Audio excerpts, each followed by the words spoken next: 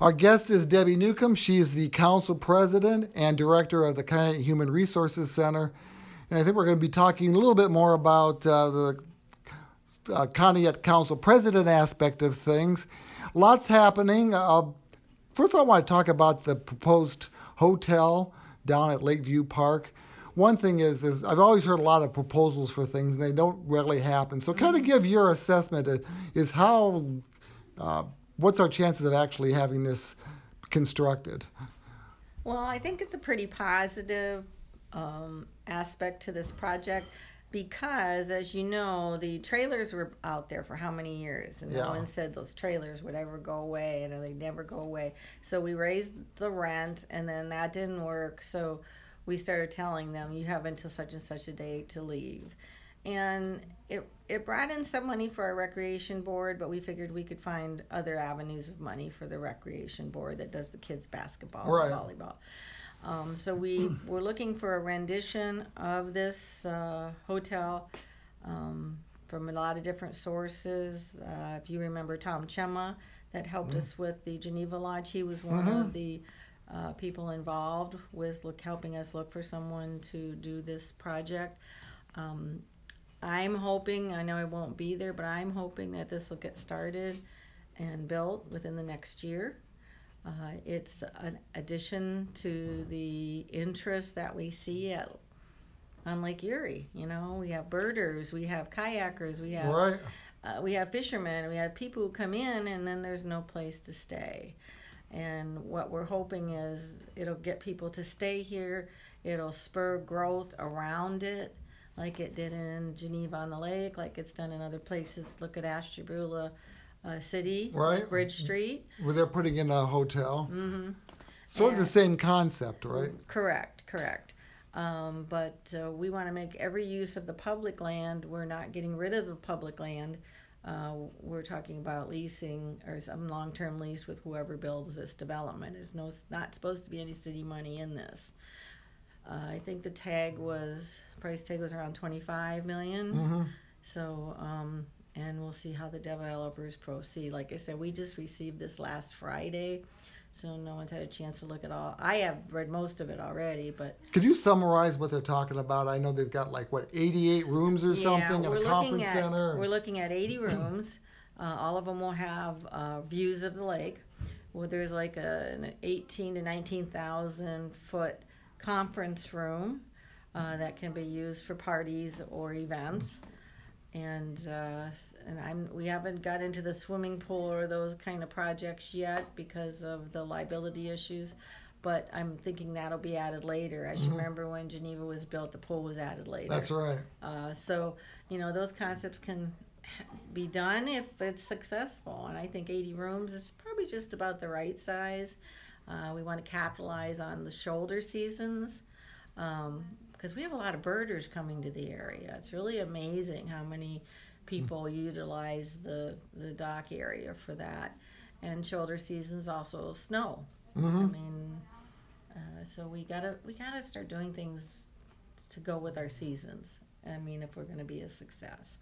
But I would love that it would spur some growth in the harbor area. Well, you would think so. Some shops, some more small restaurants, some coffee. Maybe we get a Subway again. Yeah, it's hard to go out to Subway at Love's. It's pretty busy out there. It is. So I missed the one down the harbor.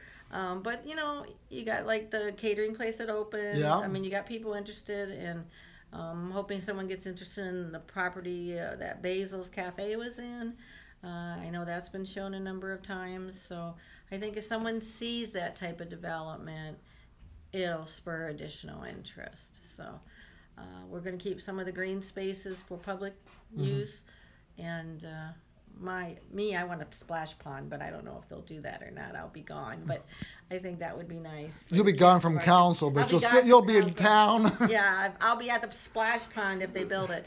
And I'd also like to connect the boardwalk to the Lakeview Park area. So I think it'll be good for the community. People want to be by the lake.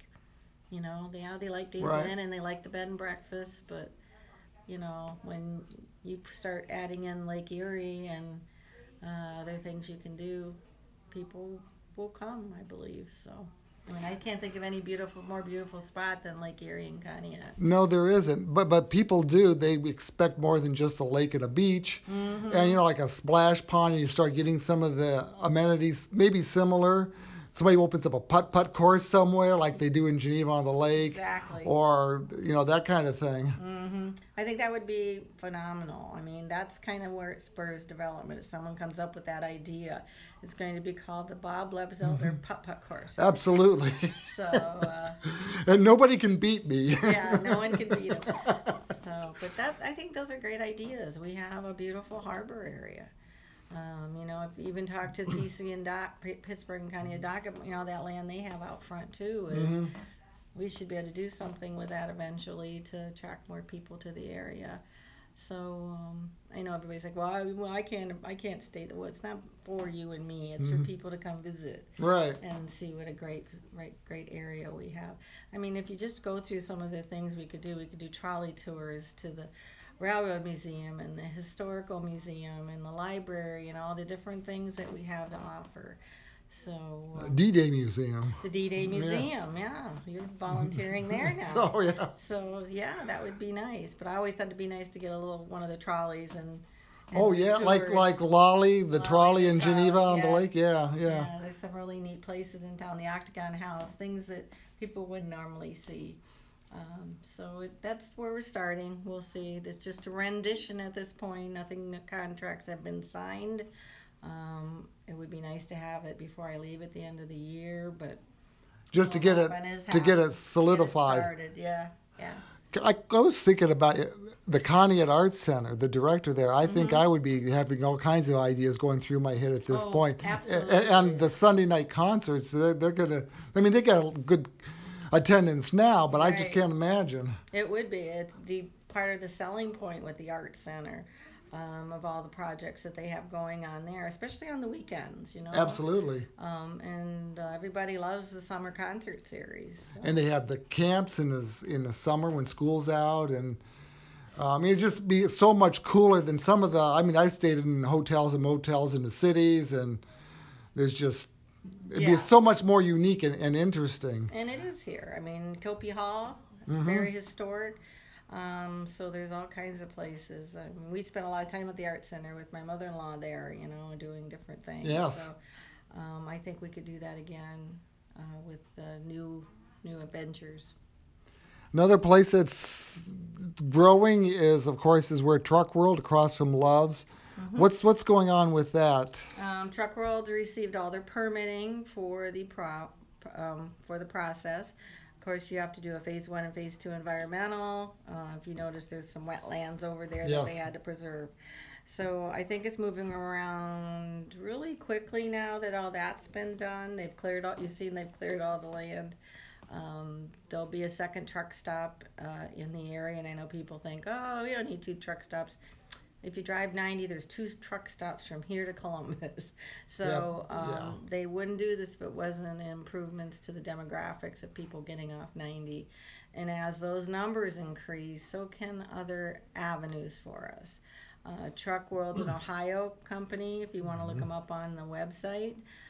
They offer motels, eating establishments, and some retail. So we'll see what comes when they finally get this built.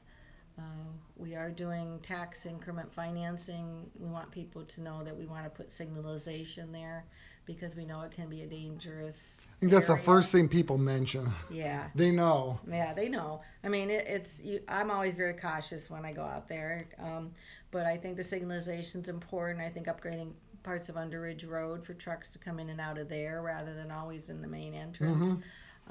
So I think that we're very cognizant of the fact of safety. So that money will be used for safety and the traffic signalization. So we can see another hotel, motel, possibly. I read somewhere or something that they were talking about. It would be called like Conneaut Tourism Center or Tourist Center or something like that. Really? Okay. Yeah, I don't know. I read that somewhere. Okay. That's what they were trying to do with some restaurants and restaurants, a hotel, and the truck stop. A tourism group, or a convention and visitors bureau out there somewhere where people can stop and get information. I mean, the truck stop or the tourist center's nice on 90, but if it'd be right off of 7 and 90, That would be nice. that would be nice because they know where the beach. I mean, people are always amazed when they come in and see beach. How far away is that? Yeah, the only beaches between is in Erie and Cleveland. Right, and it's not that far when you see the beach sign, So I had someone in the other day before D-Day start, and said, "Where is the beach?" I just follow this road all the way to the end. So they stopped back on the way and said, "Thank you. I never seen such a beautiful beach." They stopped at Township Park. So I was talking to somebody the other day who showed Lake Erie, and the person thought it's just like the ocean. She says they think it's like a little man-made lake, St. Mary's or whatever. Yeah, or a Pymatuning Lake where you can see the end of it and all.